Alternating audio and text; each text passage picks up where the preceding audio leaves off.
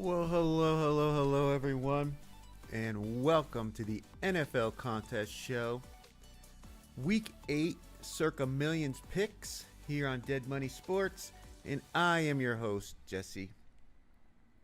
Hope everybody's doing well. We've also got the college football parlay going for week 9 of the college football season. And we are in that gray area right now with our parlay. ASU Houston have only scored 10 points, but we still got 9 minutes to go in the second half, so we could certainly see them score some more before halftime and get us closer to where we need to be to get the over 46.5.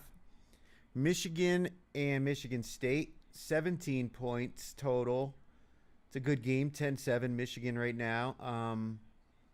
With 5 minutes roughly remaining in that first half of that game. If they don't score any more points there, we'll be looking good going into the second half on that one. And then LSU money line. LSU is currently losing 14-9, but they just moved the ball. It's first and goal now. So potentially looking at LSU taking the lead here after a big interception in the end zone by the LSU defense. A&M was about to go up 21-7 or 21-7. They got an interception, and then they also got a blocked punt that went out of the end zone for a safety. That's why they have 9. But so we are in limbo right now in the parlay, the college football parlay. But we've got the NFL Contest Show picks. Now, we've already released the picks on YouTube because we did use the Thursday night game for that for the one of the 5 in the Circa Millions for week 8. 1-0 right now. We won. We had the Chargers -3, and we've got the top 5 selections. So let's go ahead and move this out of here and bring this up. And so here we are with the top 5. The Chicago Bears, number 1, plus 6.5. No surprise there. I'm sure a lot of people got their picks in with that one late when Lamar Jackson was announced out for that game. Thankfully, I was considering using Baltimore minus the 6.5, and I submitted my picks on Thursday because when you submit one pick, you have to submit them all. And I didn't because there was question marks about Lamar Jackson potentially really being able to play, whether or not he was going to be playing. Oh, we got ourselves a touchdown by LSU.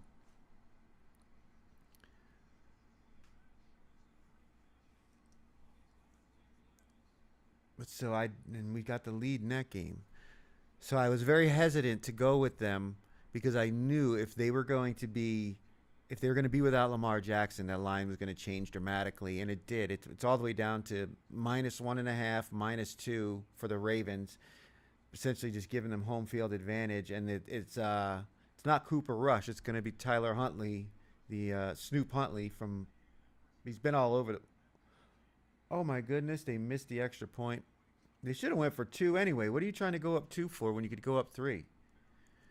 All right, we got the lead, though, 15-14.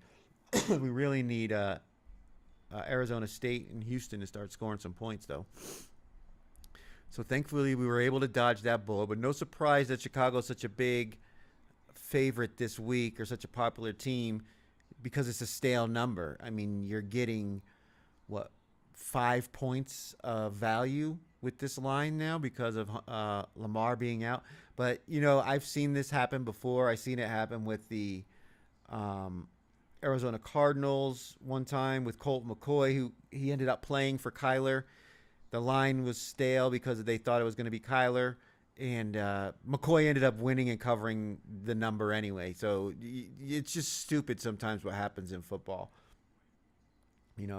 Huntley ends up having a good game, or Derrick Henry ends up having a good game and Caleb Williams struggles against the Baltimore defense, and the Ravens end up covering that stupid stale number anyway. But no surprise with Chicago being the number one pick with such a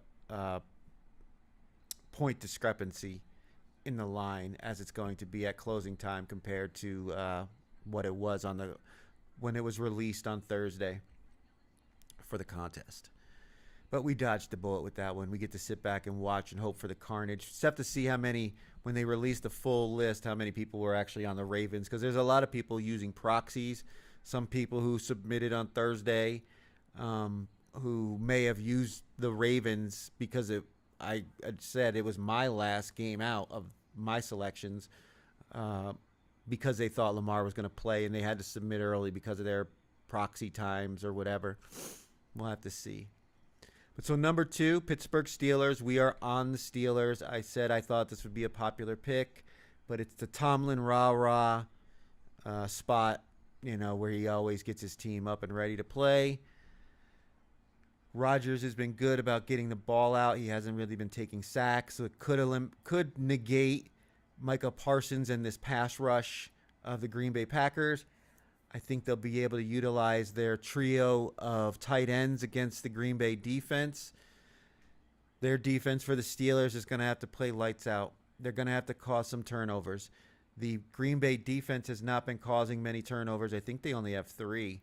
But they also haven't been turning the ball over very much. But Pittsburgh has like a plus 12 turnover differential. So their defense knows how to get at that ball and get it out of the hands of the ball carriers and the quarterback. So I think in order for them to win this game, they're going to have to create a couple turnovers in this game, but I think they can do it. Give Rodgers short fields, minimize the number of possessions by Green Bay, and hopefully get it done for us. But we are on the Steelers, which is the number 2 pick in the top 5. Number 3, Tampa Bay, minus 3.5. I considered the Saints when it was 4.5, but when it moved down to 3.5, I felt, the correction made it pretty much a coin flip game. Spencer Rattler and the Saints have played better at home. They're getting back some of their guys who've been banged up, but they've also got some guys out.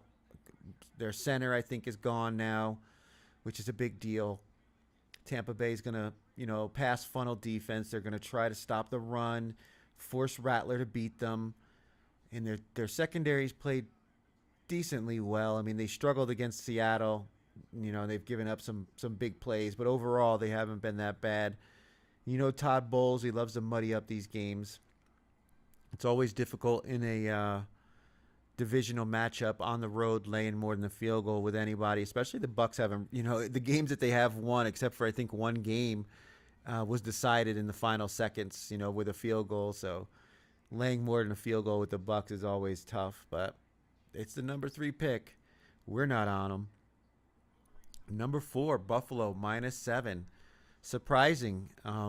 With as well as Carolina's been playing, we are on Carolina. Carolina is one of our remaining 4 selections for the Circa Million contest. And I really thought Carolina was going to be a more popular side. I guess a lot of people are kind of hesitant with Andy Dalton being the quarterback instead of Bryce Young. But in a one-game situation, with this offensive line, this running game, this group of wide receivers that they have for Carolina, I think Andy Dalton is in a very advantageous spot. And I don't think this is going to be a low-scoring game, but they're going to have – I really think this is going to end up being a shootout between Buffalo and Carolina. What we need is for Buffalo to come out a little lethargic and slow off the bye, maybe take a quarter, maybe the first half to really get built up, and let Carolina maybe get out, maybe to a lead anyway. And if they do end up losing this game, they don't lose it by more than 7 simply because they've built up a lead earlier in the game when Buffalo is still getting back, getting back into the mode of playing since they are coming off the bye. We've seen teams kind of come out a little flat when they're coming off the bye. Guys scatter, they go on vacation, they're drinking margaritas and, hanging with the senoritas down on the beach and riding jet skis and going on vacations and doing all kinds of stuff. So that is not football related. Sometimes it takes a little bit of time to get it back into game mode. So seeing Buffalo as a top 5 selection kind of gives me good feelings because we are on the opposite side. Last week they went 4-1, but it was the first winning week for the top 5. So hopefully it's not another winning week. The only one we need to win for us is Pittsburgh right now. And the 5th pick, the number 5 pick, is the San Francisco 49ers plus 1.5. And it's hard to argue with that after the performance we saw from the Texans on Monday night. And I was on Houston. I was cursing them up and down the entire stream. If you watched, we did the late night at the lounge, early start. Well, we started at the same time, but it was before the conclusion of the Monday night games because of the staggered start time. Even out here on the West Coast, the second game started late. So, like, shit. In the Pacific time zone, it's like I can't wait till 10 o'clock to do it because people on the East Coast, it'll be 1 o'clock in the morning, even though there's not a lot of people. It's like it's still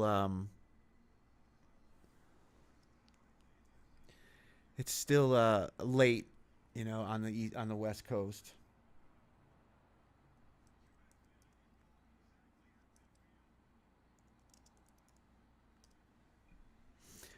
But so that's the top 5. Let's go ahead and see if they have released the full list.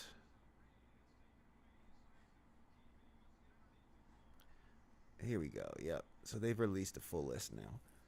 So we had the Chargers. We had the Chargers -3, which they covered that number. So we were on the popular side, but again, it was Thursday night football, so not a lot of people choose Thursday night. It was only the first time this season. Oh, interception by LSU. Beautiful. It was only the first time that we've used the Thursday night football game as an option, and it was because of the limited number of games we had to choose from. But we got the win, so we are 1-0 to start the week. Jets and Bengals. This was an ugly week trying to get 5 games you liked. I mean, the Jets didn't announce who their quarterback was going to be, but Tyrod Taylor was essentially on the injury report the entire week. And then in the last minutes when they had to announce it, it's going to be Justin Fields. But you're missing Sauce Gardner. You're missing Garrett Wilson on offense. You're missing Josh Reynolds. Their other wide receiver went on IR. I mean, I just don't know where the points are going to come from with the Jets. I heard a lot of people saying New York, New York, New York, and I actually looked at it myself because the defense has only given up 13 points, I believe, in the last 2 games that that they've played. So the defense has been playing well, but I don't know where the points are going to come from. And the Bengals actually do have guys that I believe can score points on offense with their wide receiver duo in Higgins and Chase.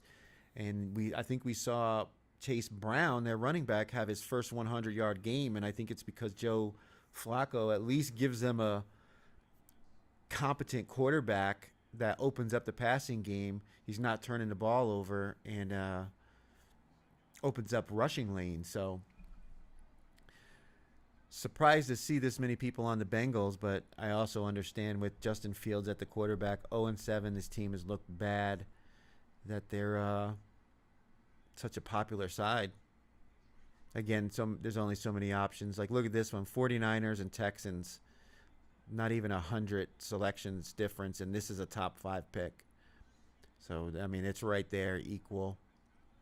Chicago with about 675 more selections, but we're still over 1,000 with Baltimore. So how many of those people put their picks in before the Ravens were before the Ravens announced Lamar was going to be out, and now they're stuck with this garbage number of -6.5. Brutal. Dolphins and Falcons. Why did we not use the Falcons this week? I actually thought it was going to be Penix. I wanted it to be Cousins because I think Cousins is a better option right now than what I'm seeing from Penix, particularly in the red zone. I don't have faith that the Falcons are going to cover this number. I just don't. They have been terrible in the red zone. Now, that's been with Penix at quarterback, and I think Cousins is a lot better. I think he's a better quarterback than Penix right now. Kirk Cousins is. And I think he's going to open up this offense. Now, London popped up on the injury report. That's a big deal if he doesn't play, but he should play. It just might be one of those precautionary things where they're just kind of giving him a little bit of extra rest before he, because he has been getting so much playing time and a lot of, wear and tear on his body because he's been their number one option in the passing game. But nobody has faith in the Dolphins. I won't go against my own team. The 4 times we've used the Falcons, we're 3-1. We've been on the Falcons each time, and the only one we lost was when they got shut out 30-0 by Carolina. So even though I truly feel that the Dolphins are the right side, I couldn't do it because it would mean I'd have to root against my team, and I'm not doing that. I just moved on. But I really think this is a bad spot for Atlanta. The Dolphins are going to be able to move the ball with their running game and passing game. Their Falcons are missing a couple of guys on defense that's going to make a difference with them getting pressure on the quarterback, and they're playing indoors. And this is going to it's a fast track. I think it's going to give the Dolphins an opportunity to use their speed against this Falcons defense. So I didn't like this at all. I'm not going to root for this because it's such a big difference in the actual the selections. But I won't be upset if Atlanta wins by 3 points. Bills and Panthers. Look at that. Only 735 people are on Carolina with us. 734 more crazy people going with Andy Dalton, the Red Rifle, against Josh Allen, current MVP. But I think they're going to be able to score with him.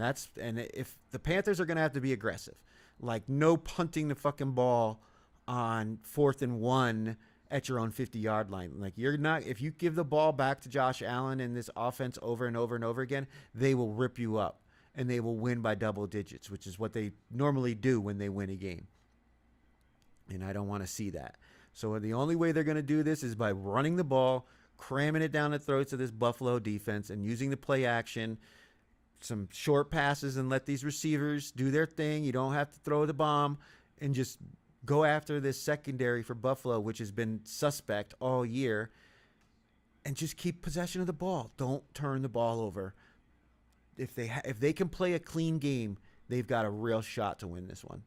And with the +7, all these big numbers this week, I'm glad to be on the contrarian side, and hopefully they can get it done for us. Everybody loving on the Giants after their insane loss to Denver, but also the fact that they just beat the shit out of this Eagles team a couple weeks ago on Thursday Night Football when they were +8.5 at home. Now they're +7.5 on the road. Like, you would think they would be more on the road than they were at home, but because of that win and because of what the public's recency bias, they're only +7.5. Now, A.J. Brown isn't playing for the Eagles. Oh, did they score again? They did score again.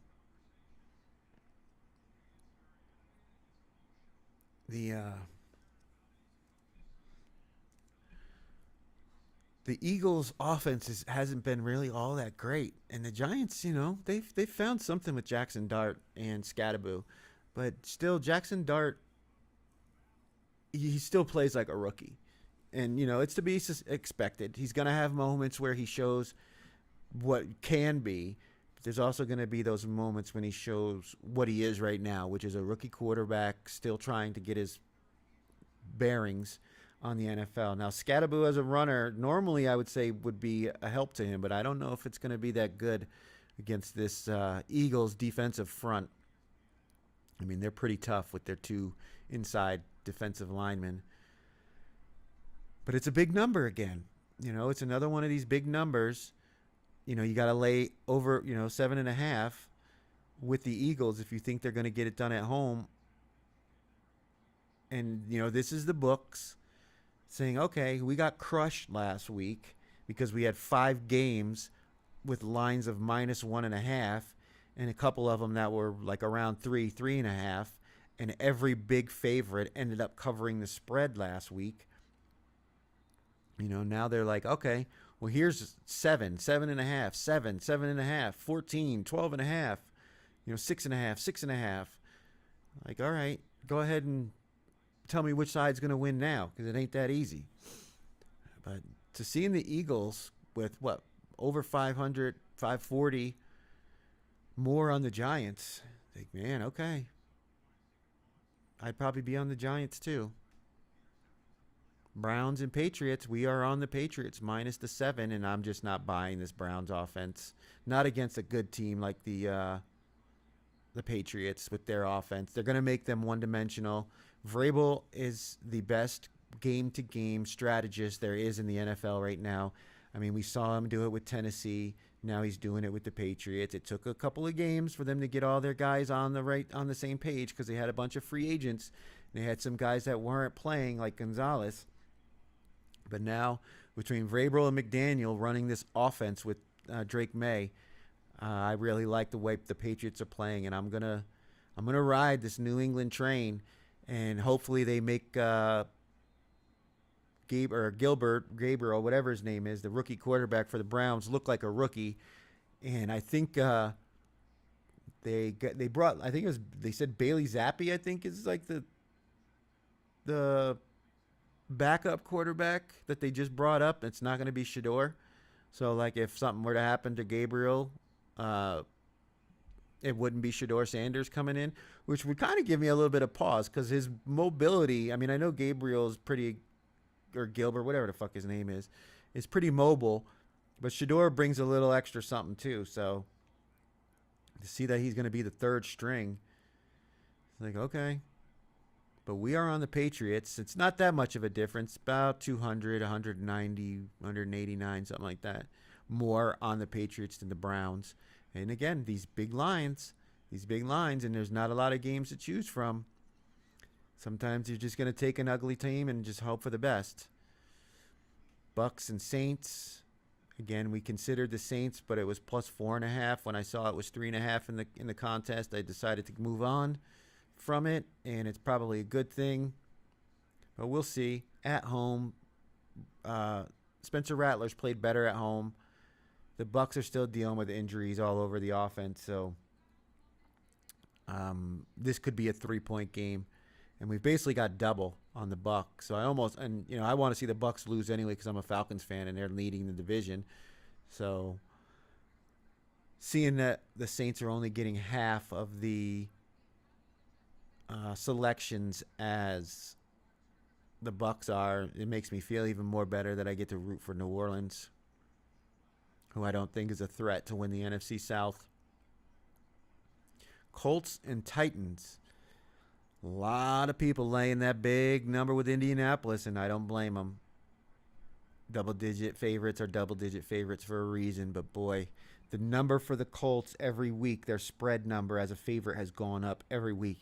At some point, it's going to be too many points. And with 14, if it was 14.5, this may have made the card with the Titans for us. But, the back door's always open. Division matchup.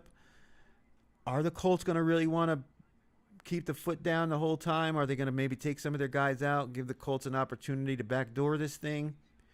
Jeffrey Simmons, I think, is out for the Titans. That's a huge loss. He's their best player, offense or defense. And for him to be out, I mean, Jonathan Taylor could just have a huge game. The only way the Titans even have a chance is if they somehow create a couple of fluky turnovers. There's going to have to be some fumbles in this game by the Colts in order for the Titans to have a shot here. But a lot of people believing in the Colts, laying a huge number, over 1,000. I mean, it's surprising to see this many people on the favorite, but I mean, the Colts have been incredible. They got the best record right now in the NFL. But it'll be fun to root for the Titans to at least backdoor this thing. Cowboys and Broncos. We are on the Broncos. Broncos with a lot of picks. Cowboys too. So this is a very popular game. No surprise, it's a 3. Not 3.5 or 2.5. So, we know these games can end on 3. It's the number 1 point differential deciding game. But we are on the Broncos. Only 240-ish more on the Broncos with over 1,000 on each side. So a lot of people believing in Dak and this offense. And, it's hard for me to blame them. It's not – the Broncos' defense has not been the defense we expected it to be. And the offense has struggled at times. But I think they may have found something in that fourth quarter against the Giants. And the Cowboys' defense is just really bad. Mobile quarterbacks are really going to give them trouble, and that's where I think Bo Nix will shine. He'll be able to use his legs to either get first downs or to get himself out into space and give the receivers opportunities to create separation, create some big plays. We're going to have to see the best out of this Broncos defense, though. The secondary, Patrick Surtain, reigning defensive player of the year. We're going to have to see it. We're going to have to see this pass rush by the Broncos getting after Dak, putting pressure on him, not giving him a chance to get the ball to these deep, the deep throws they've been so great at this whole season. So, I'm kind of fading the Cowboys narrative because they've been very popular in the media with everybody talking about how good Dak's been playing. This might be an opportunity for the Broncos defense to play their best. They're at home. They've got them in Mile High. Cowboys have been playing at home. They don't have the comfort of playing at Jerry World inside that dome. You're going to have to play outside in the elements in Colorado. And hopefully the no-fly zone shows up and closes down Pickens and CeeDee Lamb because, boy, Pickens is playing fantastic. He's on my fantasy team, and I'm still starting him even though he's playing against the team that I have in the millions just because I think that he's still going to have a good game. You can't stop the guy completely. Packers and Steelers. We are on the Steelers. It was the number 2 selection. We still have almost 1,000, just 7 short of 1,000 on the Packers, but big difference. Big difference. Over 700 more on the Steelers, which, that obviously gives me concern. Whenever you're in the top 5, it's always a little concerning. Last week was the first week the top 5 has actually had a winning record, though they did go 4-1. And I believe the one loss was the pick that we had in the top 5. So this goes to show you where my head was at last week. But we are 1-0 on the week now, 10-6 in the second quarter, and 21-15 overall. So doing really well. We just need to. We can't compound last week's loss with another down week. We got to be minimum 3-2, but that only keeps you right where you are. When you go 3-2, you don't gain any ground. You don't really lose any ground unless you have a week like we had with the top 5 having a 4-1 week. Then you end up losing ground, but you need to go 4-1 or better in order for us to gain on the top 5. The top 100 of the contest and get ourselves in a paying position moving into the 9th week of the season, which is the halfway point, end of the second quarter. 5-0 would be awesome. I don't think 5-0 we would be 25-15. 14-6, 19-6. I don't know if 19-6 gets you in the money for the quarterly prize. We'll have to see where we're at after this week and who's leading, what they have, what the top entries are right now. I got that slide. We'll have to pull that up. But yeah, so being on the Steelers, being on the popular side is always makes me a little nervous.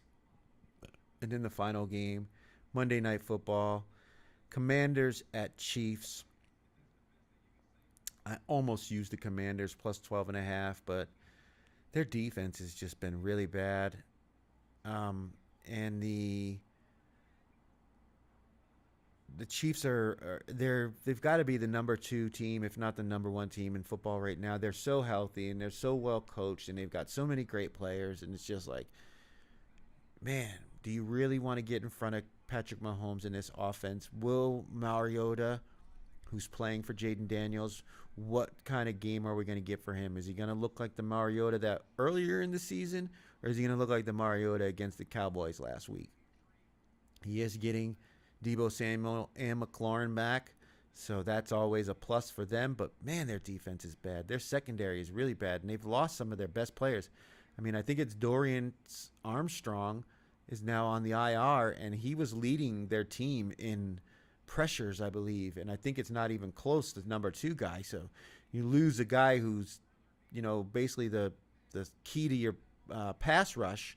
I mean, what is that going to do with Patrick Mahomes? Now, they're missing a couple of offensive linemen, so that's always a concern with that. But it's Patrick Mahomes. He's played with bad offensive lines before and taken his team to the Super Bowl. So I don't really want to get in front of that right now. So I couldn't lay the big number with the Chiefs, and I just didn't feel like being mad at myself when I took the Commanders plus 12.5 and the Chiefs end up covering the spread because, as I've said earlier, double-digit favorites are double-digit favorites for a reason.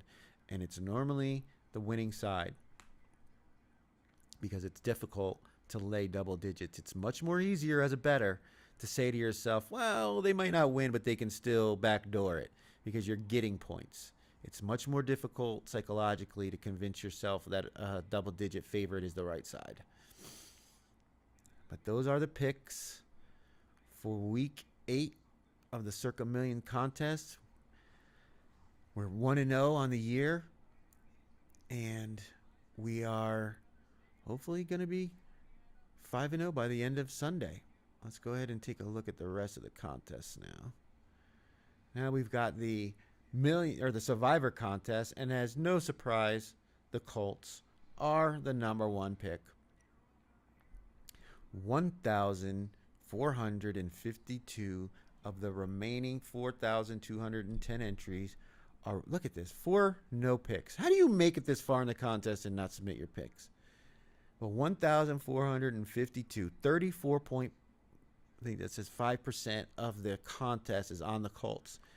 If somehow the Titans pull this off, they will have eliminated 2 of the biggest amounts of selections in this contest because they were responsible for over 3,000 losses when they beat the Cardinals. A lot of people are feeling like they, basically every week just pick the team that's playing the Titans. But I've said I believe the Titans are going to have more ATS wins than straight up wins, but football's such a stupid game, they could end up getting a straight up win at any time.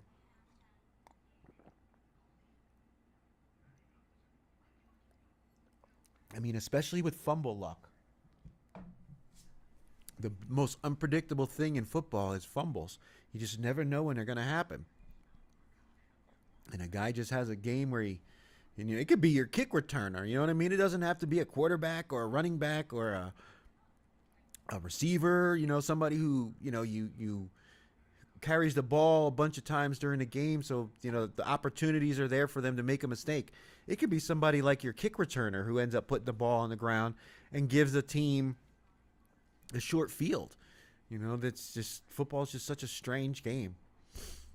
But yeah, so no surprise that the Colts are the number 1 selection going up against the Titans, and no brave souls were willing to risk their opportunity at $18.6 million on the Titans this week. So it's 1,452 to 0 on the Colts. Go Titans. I love to see carnage. I got eliminated, or I wasn't in the Survivor, but my Survivor picks was eliminated week 1 with New England. So I've been a hater the entire year after getting eliminated. That's why I don't put $1,000 into this contest. I'm not good at it.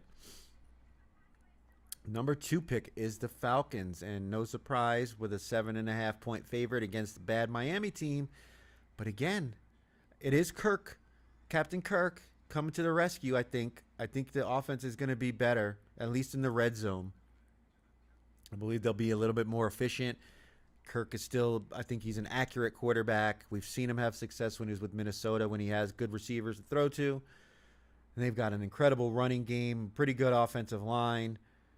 So this is definitely an opportunity for Kirk Cousins to excel. But there's no way I was going to lay 7.5 with Atlanta with the way their red zone offense has played this year. And I think Miami's going to be able to score. Playing indoors on that fast track in Atlanta is going to allow their speed to shine. They weren't able to do that against Cleveland in a tough environment, against a tough defense. Atlanta's missing some of their defensive guys, man. 32.9%, or essentially 33% of the field is on Atlanta. And I'm a Falcons fan, and I didn't take Atlanta this week in the Millions contest because I do not like the situation. Number 3, the Bengals taking on the Jets. This looks like a safe bet. Joe Flacco against Justin Fields, and an offense with a bunch of no-name receivers for the Jets, with Wilson and Reynolds being out, Sauce Gardner being out, but the defense for the Jets has only given up, I want to say, 13 points in the last 2 games, 13 and 13 to each team. So can they shut down this Bengals offense and maybe even score points themselves? They haven't been very good at creating turnovers, but again, turnovers are unpredictable. So Joe Flacco, he's been known to throw some interceptions. I believe he's got more interceptions than touchdown passes in the last couple of seasons. So his last few starts or whatever it's been. Yeah, this is a tough spot. You get this far in this Survivor, and you've got to sometimes take these ugly teams and take a chance against the Jets. And I don't see any Dolphins backers for the Falcons, and I don't see any Jets backers versus the Bengals. Patriots, 294, 7% of the field. Any brave souls on the Browns? No. Eagles, 89%. Anyone on the Giants? No. Bills, 88. Going up against Carolina. No one on the Panthers. Chiefs, 81 picks. Nobody going with the Commanders. Bucks, no Saints, only 27. Chargers, they advance. They got the win on Thursday night. We got the win in the cover. 1-0 on the week so far in our 5 picks. Ravens, 6 selections. You have to wonder if these were made before Lamar Jackson was announced out, and they are definitely not happy with where they're sitting right now. $18.6 million riding on the shoulders of Snoop Huntley. They'll probably win the game and cover the spread against Chicago anyway. Caleb will make mistakes. That's where they'll get their advantage. Broncos, we've got 3 brave souls taking Denver to win the game outright. Nobody on the Cowboys. That's okay. We're on the Broncos -3, so it's always nice to see that people are at least picking them to win, because teams that win normally cover the spread. Packers, only 1, no one on the Steelers. And the 49ers, 1, nobody on the Texans. And the 49ers were a top 5 selection. I heard a lot of people in the media saying that the Texans were the side this week. I couldn't do it. I was on them on Monday Night Football, and from what I saw from C.J. Stroud in that offense, I wanted to puke. It was disgusting. It was a disgusting performance. I said either C.J. Stroud can't read the secondary, or Mike McDaniel may be the greatest defensive coordinator at disguising his coverages, because he confused the shit out of C.J. Stroud, and he confused the shit out of Trevor Lawrence the week before that. And 4 no picks. What are you doing? How does this happen? How do you allow that to happen, where you make it all the way through to week 8 with an opportunity to cash $18.6 million and you don't get your pick in? Every week there's a number here. It makes me sick. In the Grandissimo, the $100,000 buy-in, winner takes all, $6.9 million to the winner. There's only 15 entries left. Nobody took a side in the Thursday Night Football, But we've got some different teams chosen here. 5 altogether.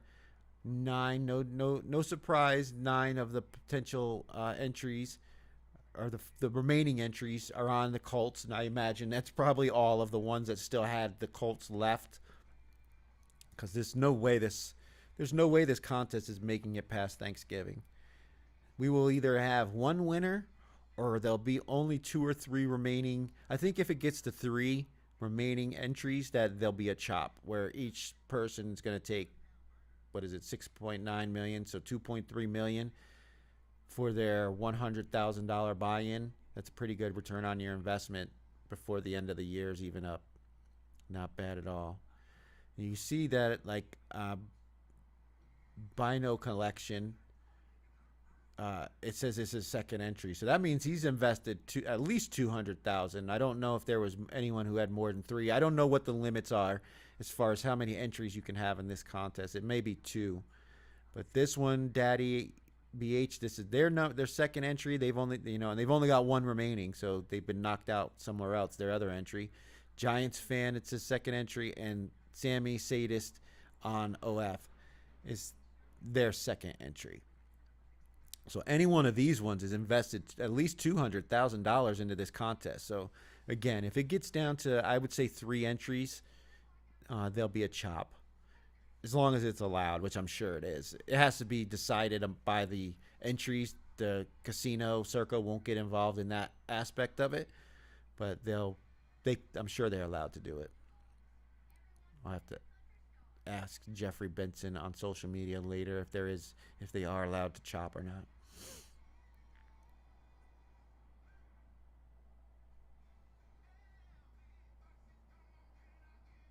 But all right.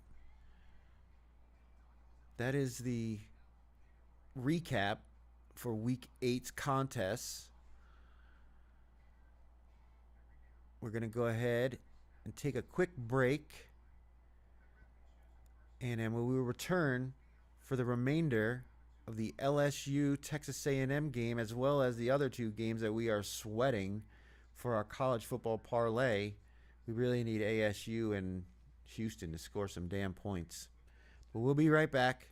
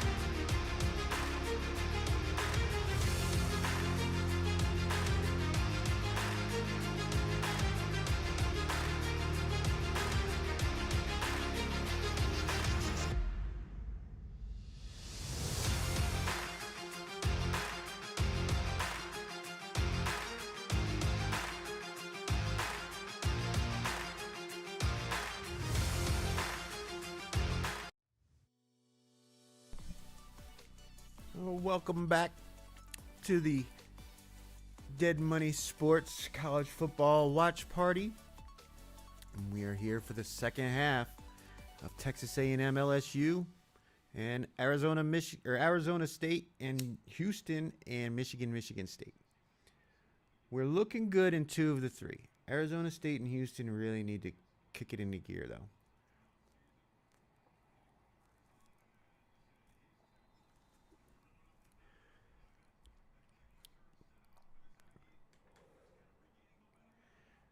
The last 2 weeks, we had the one in week 5. No, week 6. In week 7 and week 8, we had 2 out of 3. So I don't want another 2 out of 3.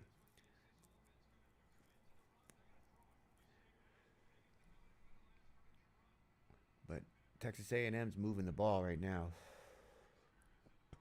Coming out to start the second half. We've got the slides going here.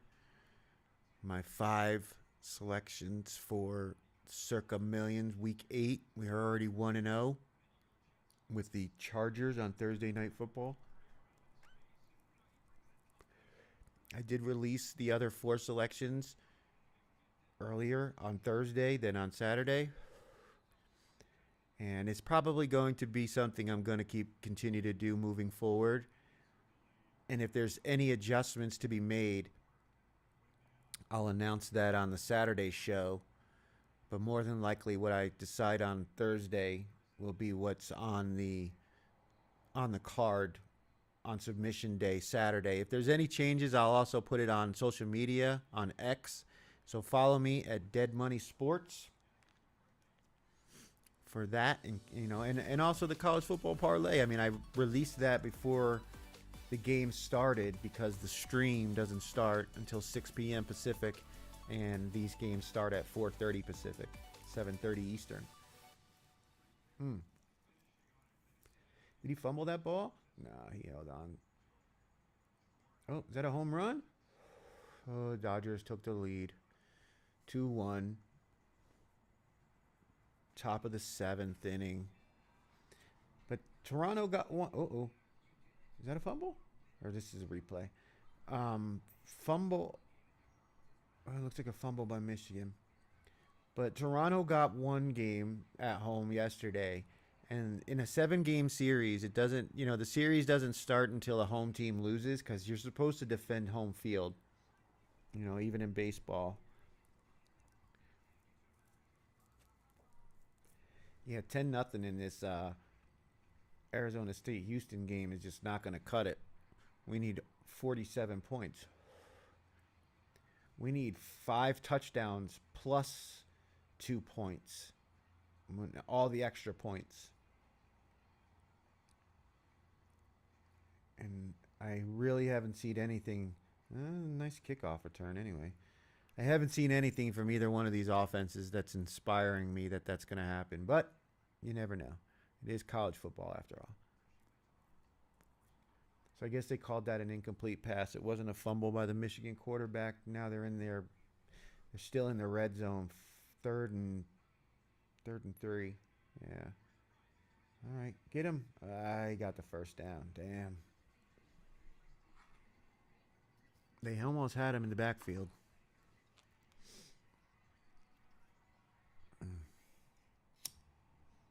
And we've got a man down.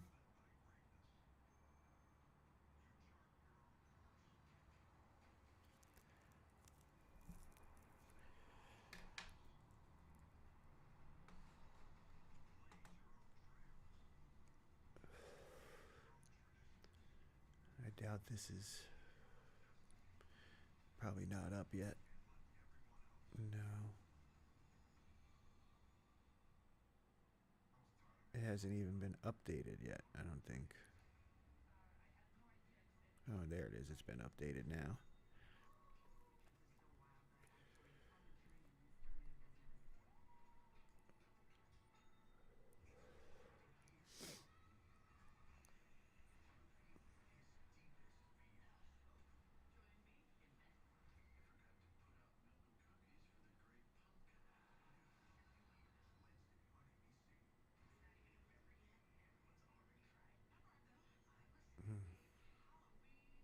So who's the big loser this week for the Survivor?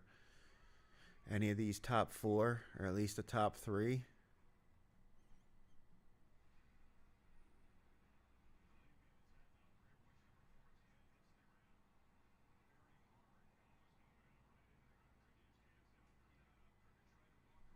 The Colts, Falcons, Bengals.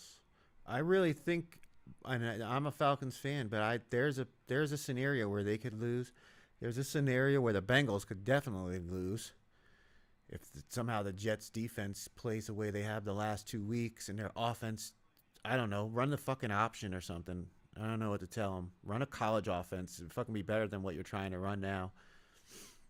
Run the Wildcat. You know what I mean? It worked for Miami a couple times. This thing keeps moving.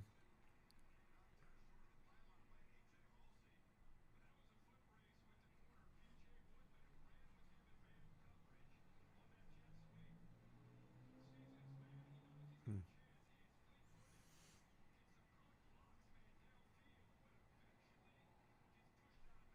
Who else could potentially lose? I think the Patriots are safe bet. Philly. The Giants beat them once already. But this is not the.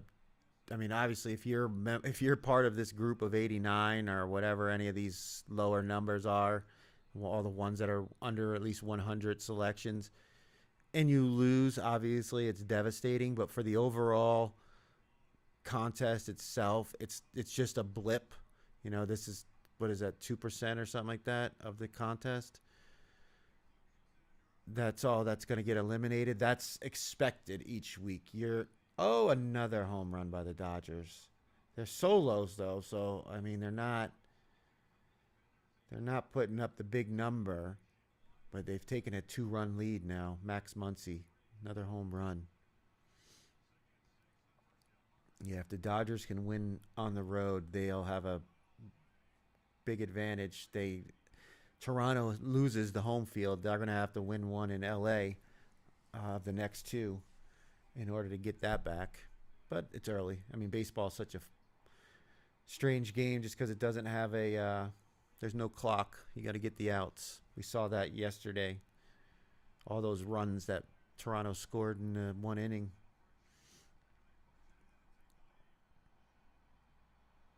But yeah, these games here, it would certainly not be fun to be part of these guys if they somehow lose this game. Texas A&M just scored. Shit.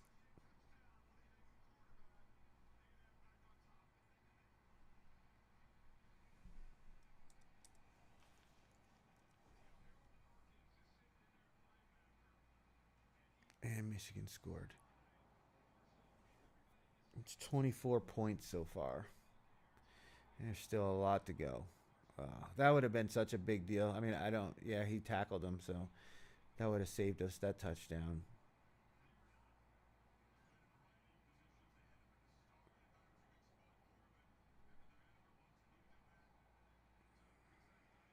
And it's good. Oh, flag on the play. Yeah. Why do I always do that?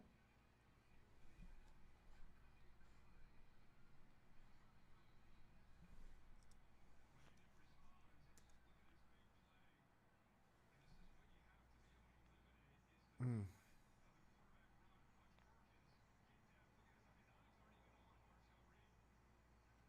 I mean, Houston's moving and they're in the red zone at least. 1st and 10. We're gonna need like a non-offensive touchdown, either a defensive score or a special teams touchdown. It does, and I don't care which side it comes from because we have the over. So give me, I don't give a shit who scores it, but it's gonna have to be one of those super fast, 15-second touchdowns that takes no time off the clock whatsoever, but completely flips the score. That's about the only way we're gonna hit that over 47 and a half, or 46 and a half, so we need 47 points.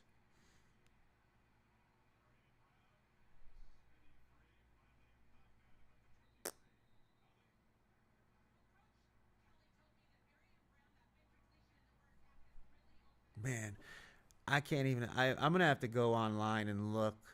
Um, I guess I can do it here and see how much those tickets are gonna cost for Dodger Stadium. Oh my God, it's gotta be insane.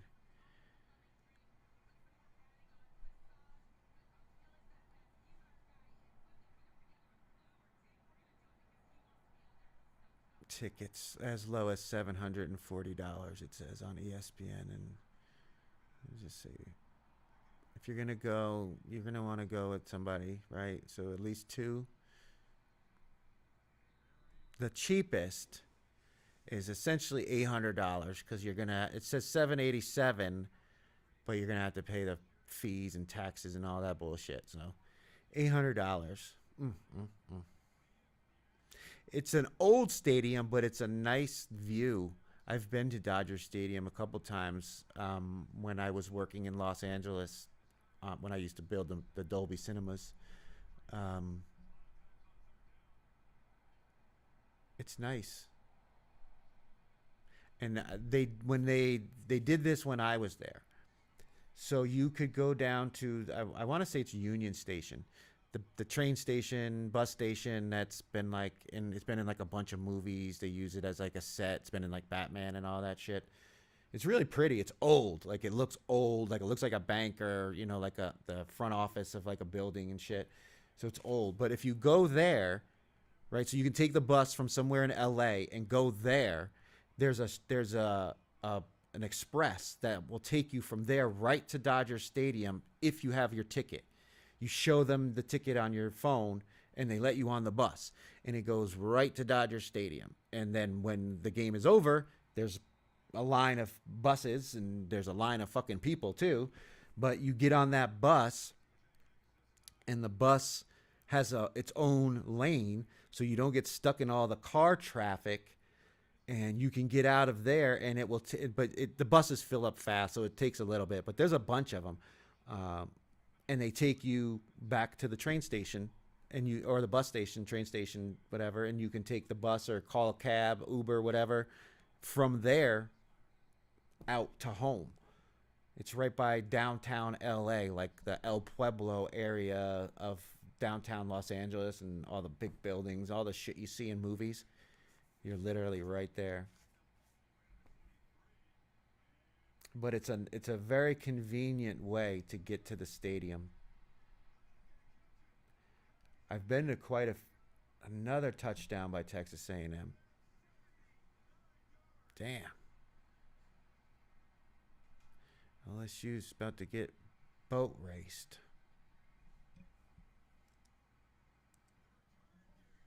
Yeah. Oh, it was an interception. No, or punt return. Shit.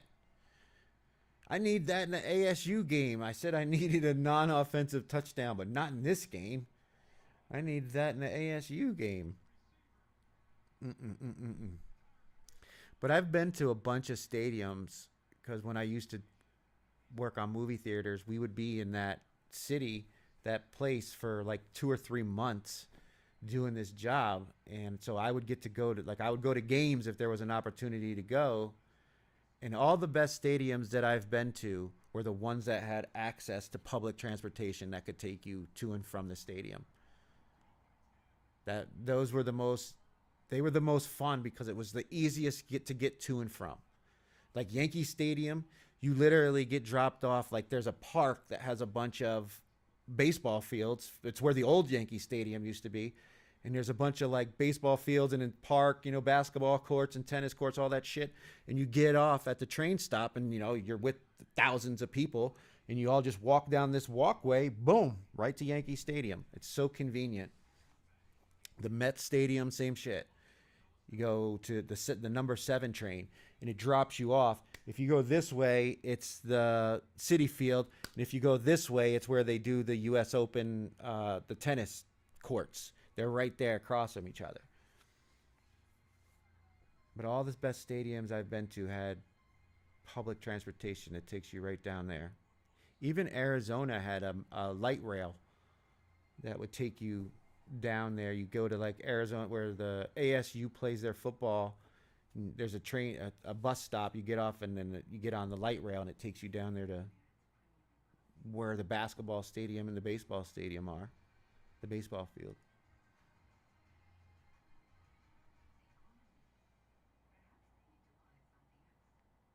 Man, that was brutal.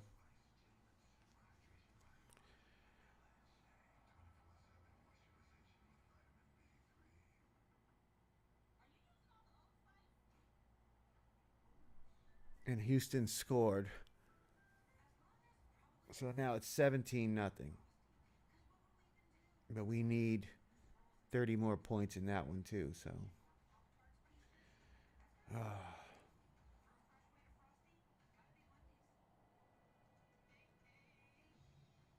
Arizona State just looks overmatched. Mm. But man,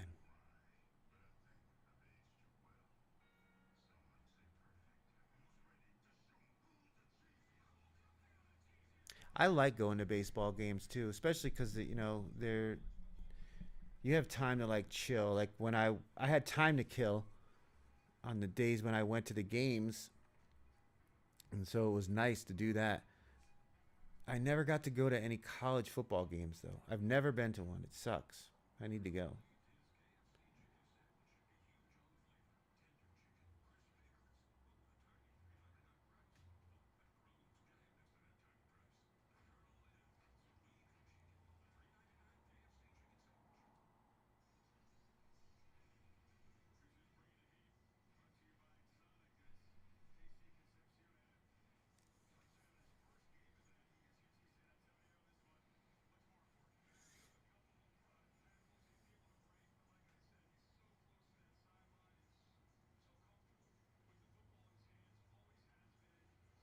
So like I've been to, I root for the Tampa Bay Rays since I grew up not far from Tampa, and going to their stadium sucks ass, man. It really does. Like it is so much more convenient to go to Steinbrenner Field where they played this year because the roof got ripped off the old stadium.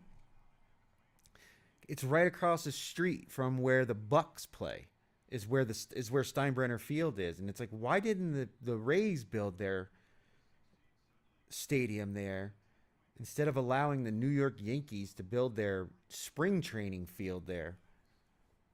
I don't know. It's just a much more convenient place to get to because there is no public transportation train. There's buses, but that'll get you to what Tropicana Field. It's just it's in an inconvenient place to drive to. And like if you don't live in that area right around St. Petersburg in the lower part of Tampa, it's really inconvenient to get to.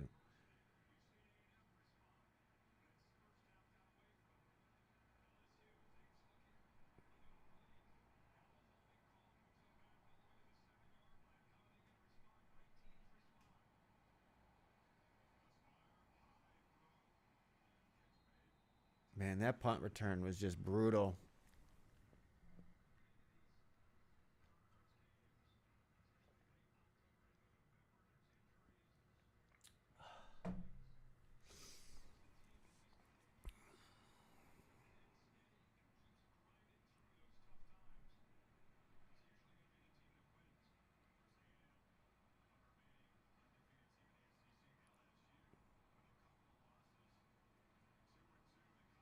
Nussmeyer was supposed to be like a high. Oh, that's.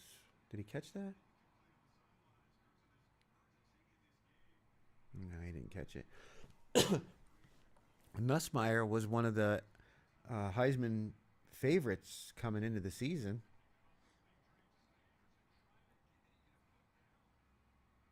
Did he catch it? Certainly looks like it.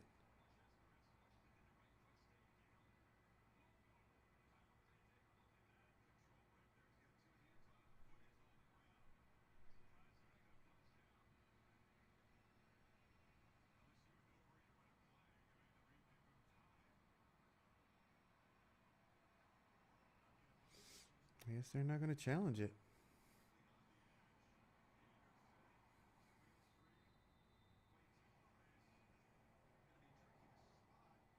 They give him the first down. That was the makeup play for them, not for them getting that play wrong. He's like, yeah, give him the first down. He earned it on the last one. Guess he got it anyway. Yeah. Mm.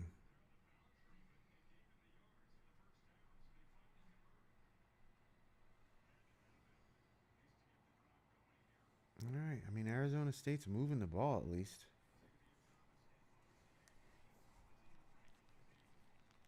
The halftime adjustments are starting to show up offensively. Somehow we need LSU to get back in this thing.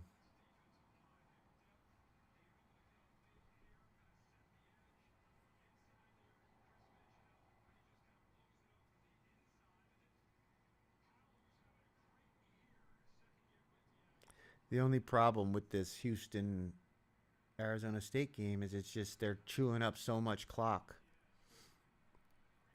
They're just not going to have enough possessions if they don't pick up the pace or get some big play.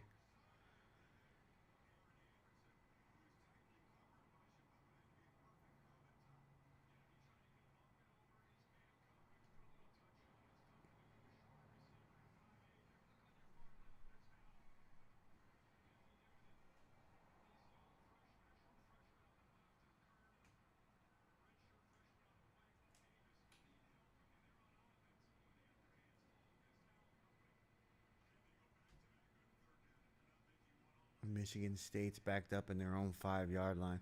Just don't do something ridiculous and give Michigan a cheap score. Ooh, he caught that. Fourth down, though.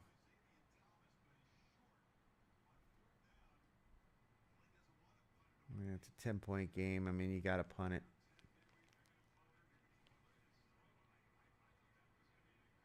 Ooh, great job by the receiver to stop, man. That's how you hurt your leg.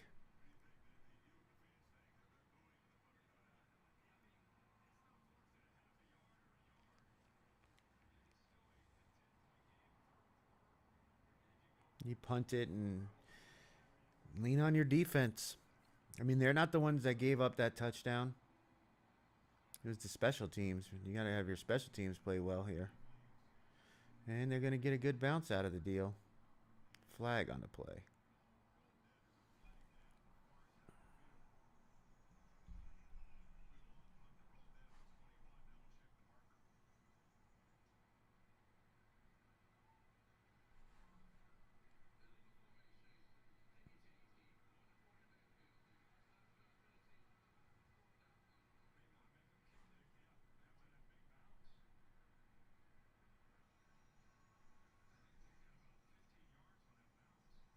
Mm. The most expensive ticket, it says, is $6,748 for the game in LA. Mm.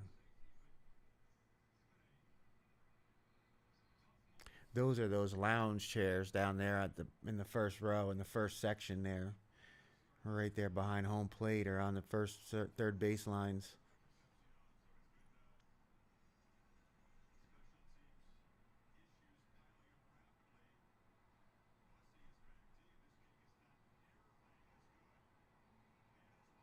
Oh, did that hit the A&M guy? I don't know. It looks like LSU got the ball.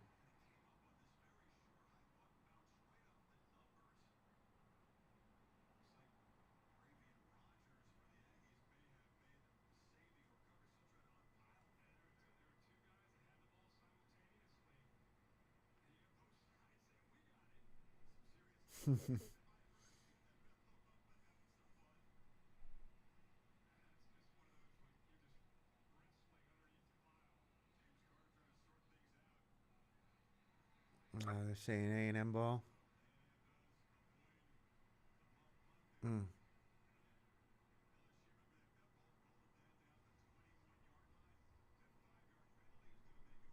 Oh, okay. So it did bounce off the guy, the punt returner. It hit him, and he it bounced off his chest. So that was a live ball all the way. Damn. Those are the plays you got to make, LSU. Those are the plays you got to make.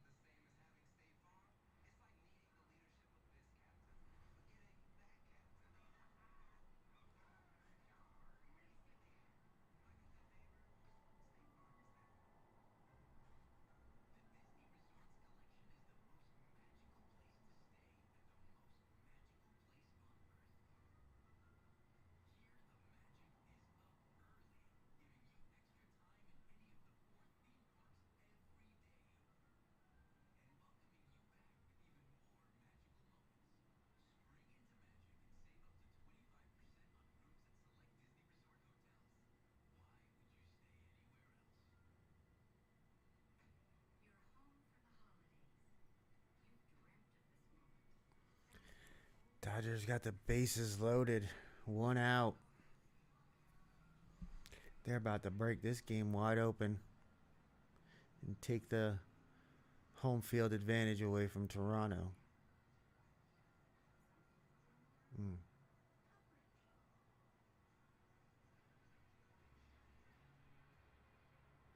I mean, no baseball game is over till it's over, but they're definitely going to need to stop them here if they're going to have any opportunity to come back in this game and maintain home field advantage.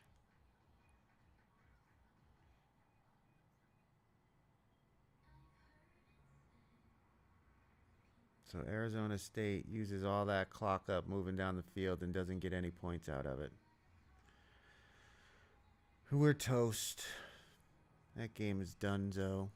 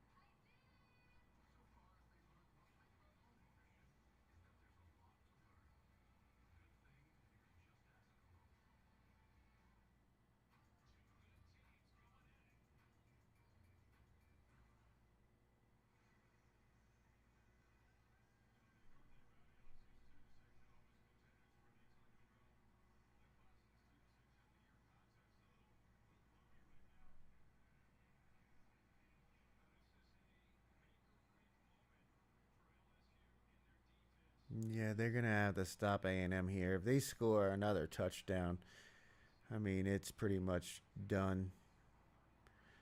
Oh boy! And the quarterback takes off.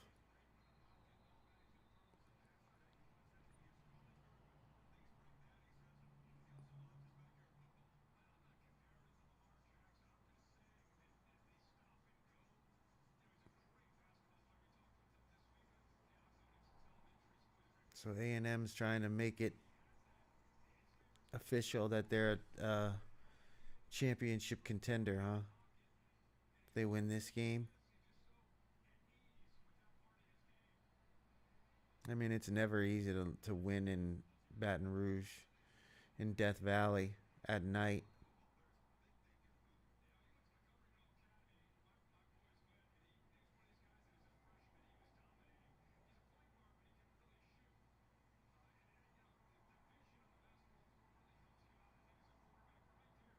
All right. Well, Houston's doing their part. It's Arizona State that let us down in that game.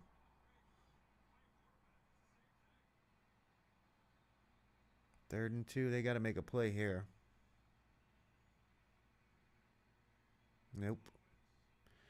First down, Aggies. Flag on the play, though. Might be coming back. Uh-oh.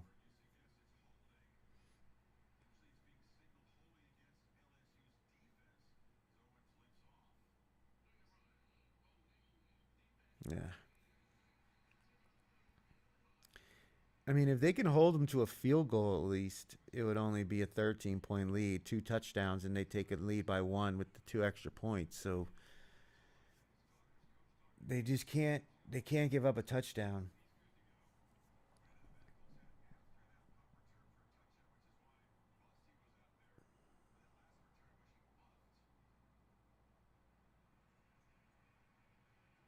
And I think Michigan just scored again, but I mean that game's all right because Michigan State hasn't done shit on offense.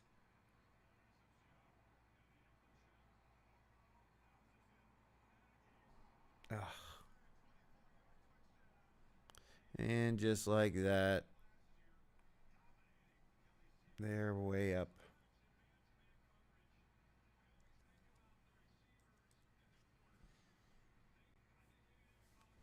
And they're giving them a real ass ripping.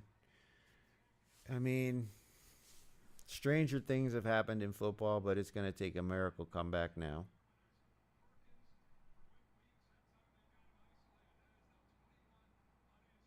And it looks like the Dodgers scored another run, but Toronto got.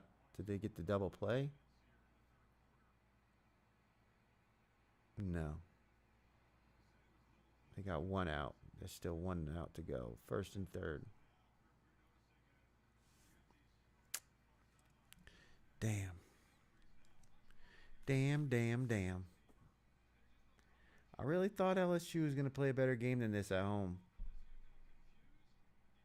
A&M's just showing out. Yeah. The offensive lineman could have scored those touchdowns. There was nobody there.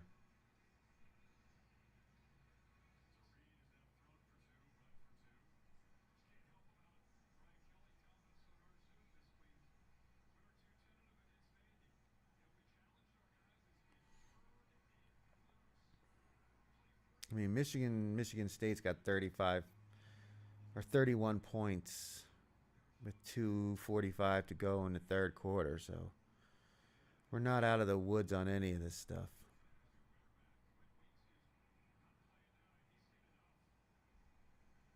But the one that's really, man, just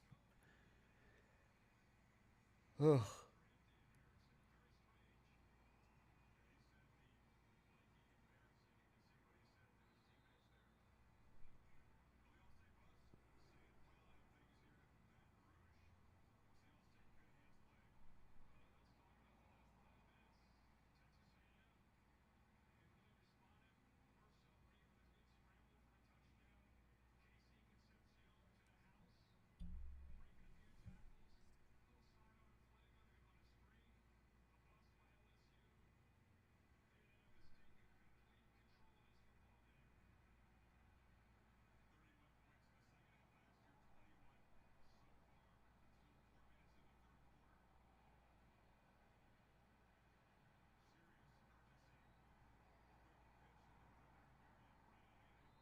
Mm.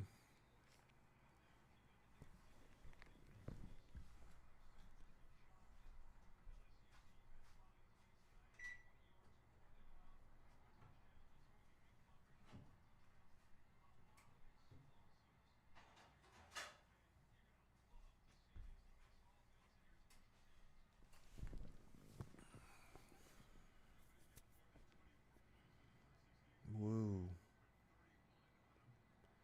That was a bad throw.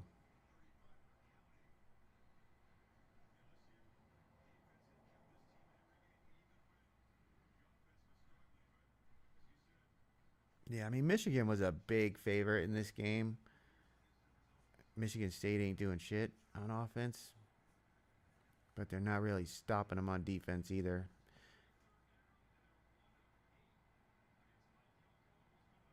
Another third down for LSU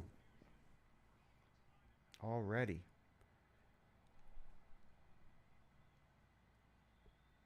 It's been the offense that's really let them down.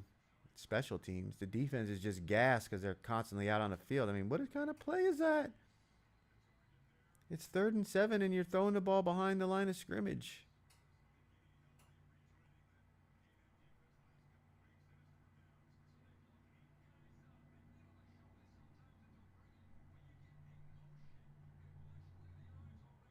Yeah, I mean, there's so many people so close to the line of scrimmage. That play was never going to work.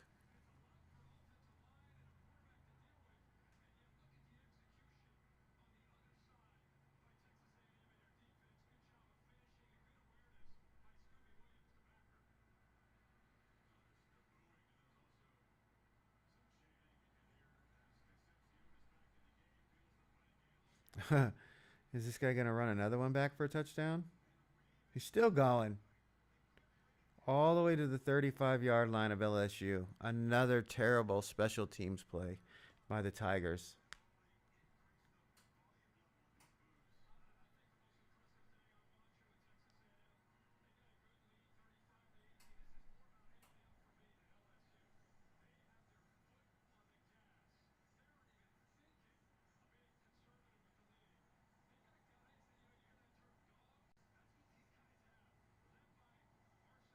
What kind of performance is this?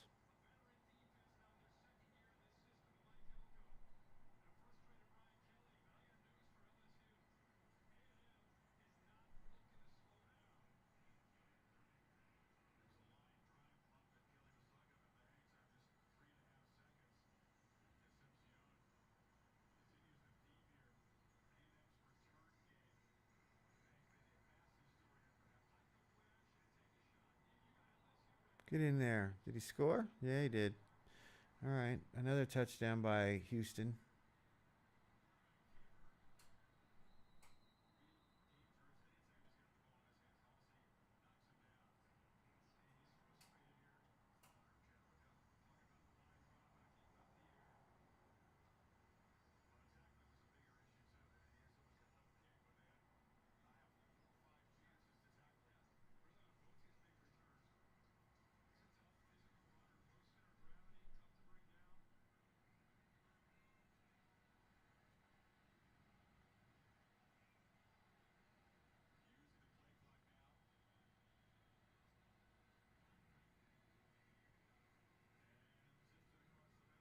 Another first down by the Aggies.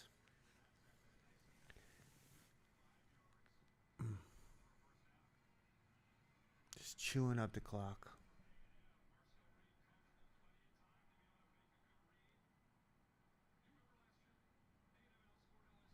So that's 23 points for Houston.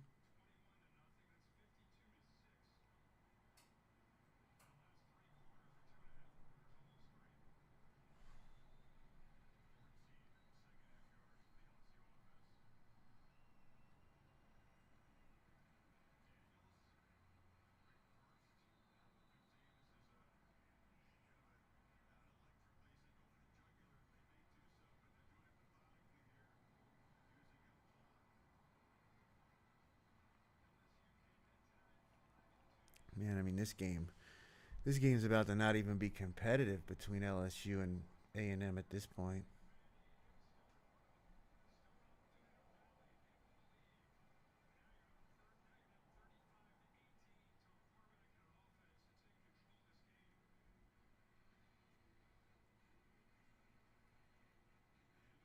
Mm-hmm. No, not yet, but they're about to score another touchdown. 1st and goal at the 2-yard line.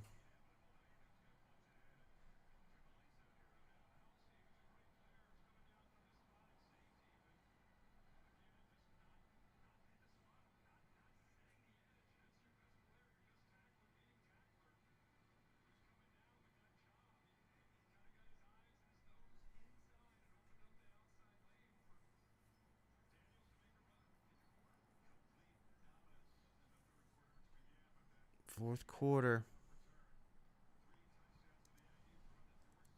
Put the fours up. We need a fourth quarter miracle. We need a miracle. Why does it always do that?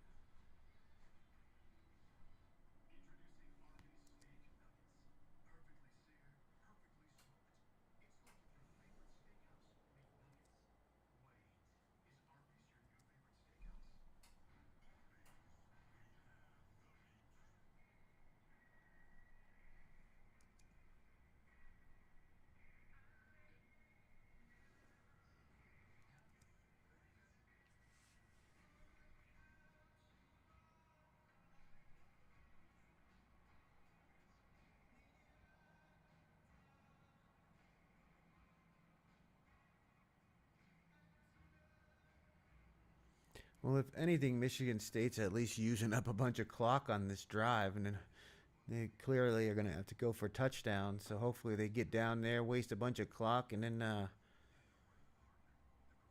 don't score any points.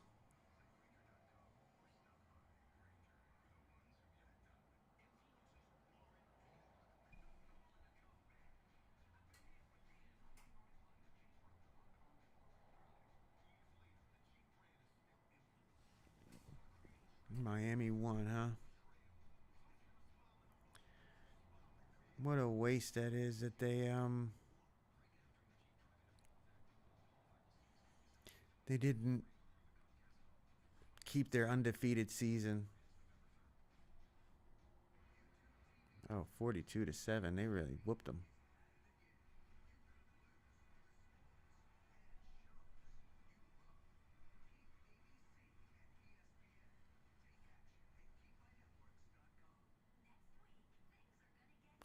I certainly expected Oregon to have a bigger lead against Wisconsin, but I guess, no sense in showing all your best stuff. You're going to win the game anyway.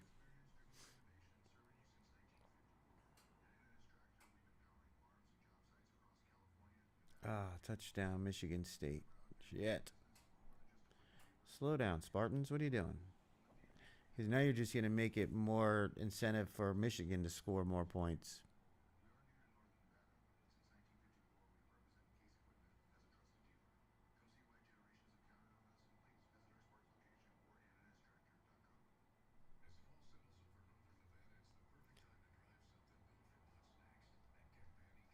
It's so weird. They took the touchdown away from Houston. And now they just scored again. That's why there was no. It was stuck on 23 because they didn't kick the extra point because they were reviewing the play and they score anyway.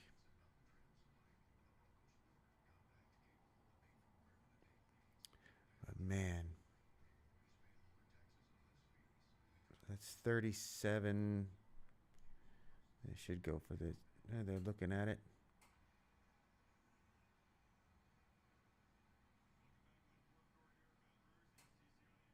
He's out of bounds.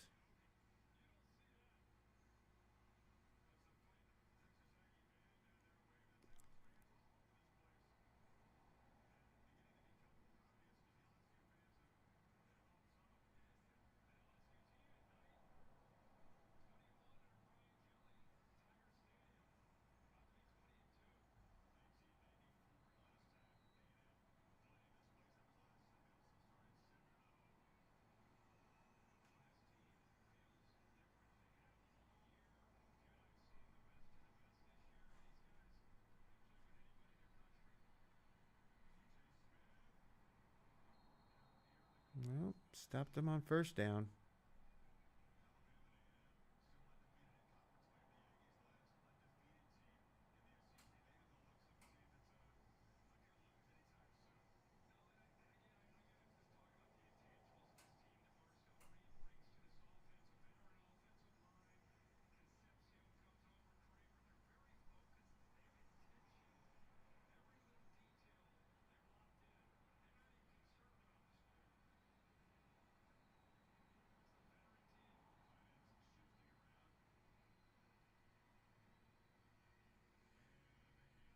Touchdown. Well, flag down.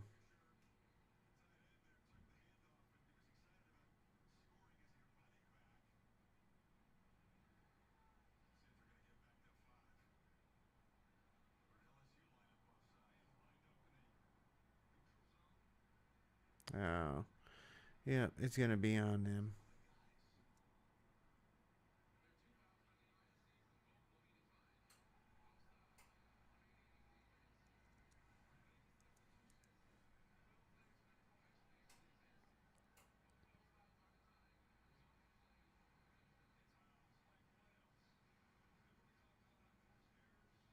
All right, so they took back the touchdown from Michigan State. They come in, they run one running play, and they score. So we're right back to the same situation. But LSU's toast anyway. They're barbecued chicken. It looks like the parlay is dead.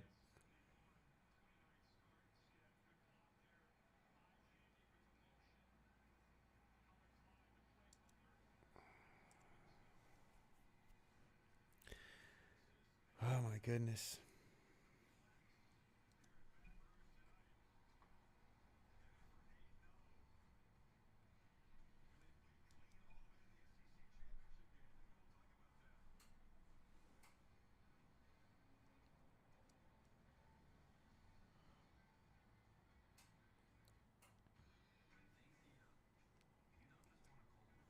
Well, be sure to hit that like and subscribe button. I know the parlay this week was a bust, but you know, parlays are always just for fun. You never want to get too crazy with them because it's just hard to hit those hit that many sides in 1 week and put them all on the same card.